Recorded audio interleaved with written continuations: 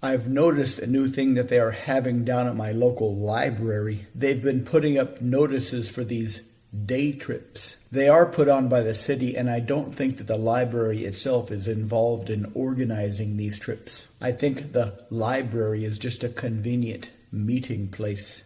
They have this big indoor lobby that's open outside of regular library hours. I have this really interesting neighbor. He's one of those guys that makes you just feel comfortable whenever you are around this guy. Sometimes when you are hanging out with people that you don't know very well, pauses in the conversation can seem kind of awkward. Like whenever you hear some silence, you feel the need to fill this in.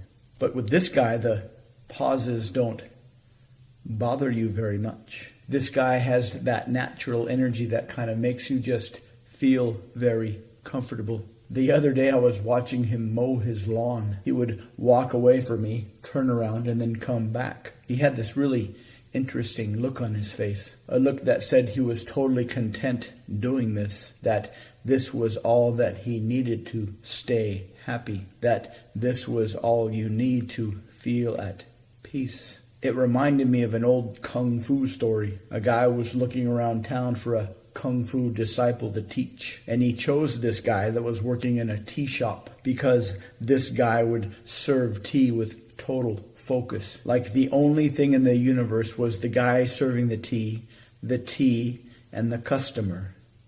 That's what this guy was like. Him, his lawnmower, and the lawn. And in that time and that place, that's all this guy needed. I watched him until he was finished, and when he was finished, he invited me to dinner. I'd never been inside his house before, but at the same time, this seemed totally natural. I have this friend that got a job once in a taquito factory. When he got this job, he thought this was a dream come true because this guy absolutely loves taquitos. But after he worked in the taquito factory, he changed his taquito outlook considerably. I was hanging out in the library the other day, something I like to do. I like to be surrounded by stories. So I picked one up at random. I turned to a random page and I started reading. It was a basic hero's journey story, but it was for young adults. A bunch of kids had some traumatic event happen that made them have to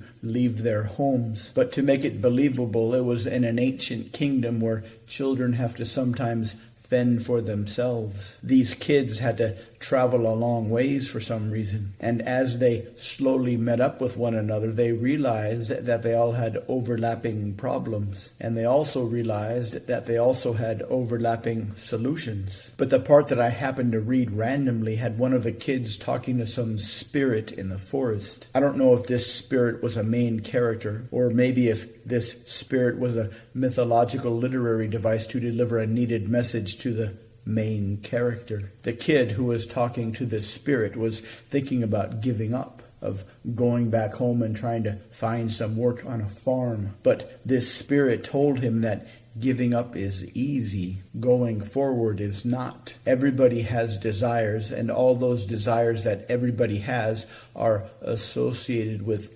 dangers, with fears. But because you can remember now all those times in the past when you've overcome obstacles, you can find that inner drive that everybody has, but only few take the time to recognize this, because you can remember those things that were giving you trouble. But then you realized that only you could overcome those obstacles, that only you knew how to push through to the other side. And when you did, only you knew about it. That made you feel really good, but it was a very special feeling, a very private feeling, one that you can remember now as you listen to me, one that can remind you of your great potential, because only you are capable of doing what needs to be done. And you know that many people won't notice. Many people will stay asleep. But you also know that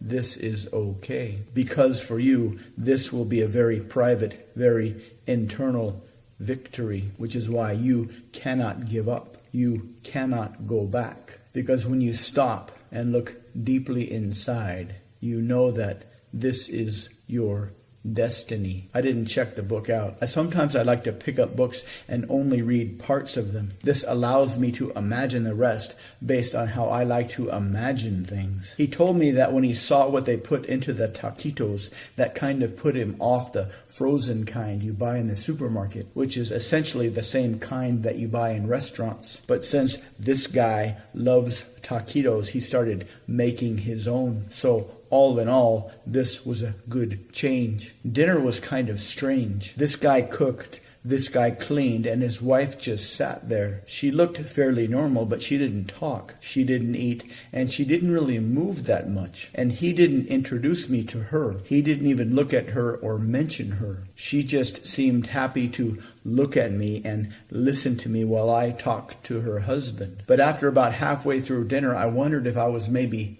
imagining this, if maybe this wasn't some kind of hallucination, that maybe if while I was watching this guy mow his lawn, this guy decided to hypnotize me, like maybe this guy reached out with his mind and put some ideas into my brain, ideas that felt so comfortable and so familiar, it didn't really matter if this was a hallucination or not. Most of the trips are to museums. Some of them are pretty cool sounding, so I've signed up for a couple. One of them is a big museum downtown of natural history. Another is a museum of science. I like museums because they take a whole bunch of interesting things and put them all in one place, so you can kind of hang out, go at your own pace, and appreciate this in your own way.